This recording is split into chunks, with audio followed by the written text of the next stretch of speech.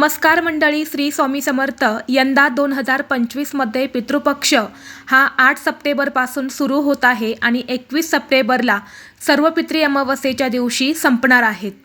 आपल्या हिंदू धर्मामध्ये पितृपक्ष हा अत्यंत महत्त्वाचा काळ मानला जातो। या काळामध्ये आपल्या पूर्वजांचं श्राद्ध आणि पिंडदान केले जाते। पितृपक्षाचे 15 दिवस हे खूप महत्त्वाचे असल्यामुळे या दिवसांमध्ये काही महत्त्वाचे नियम पाळले जातात आणि म्हणून आपल्याला पितृपक्षामध्ये चुकूनही घरामध्ये या 2 भाज्या अजिबात खायच्या नाहीत, नाहीतर घरातून लक्ष्मी काढता पाय घेईल, घरात दारिद्र्य गरिबी येऊ लागेल, तसेच पितृदोष देखील भोगावा लागेल। त्याचबरोबर पितृपक्षामध्ये कोणत्या चुका करू नये याबद्दलची संपूर्ण माहिती एका व्हिडिओद्वारे मी तुमच्यासोबत शेअर केलेली आहे।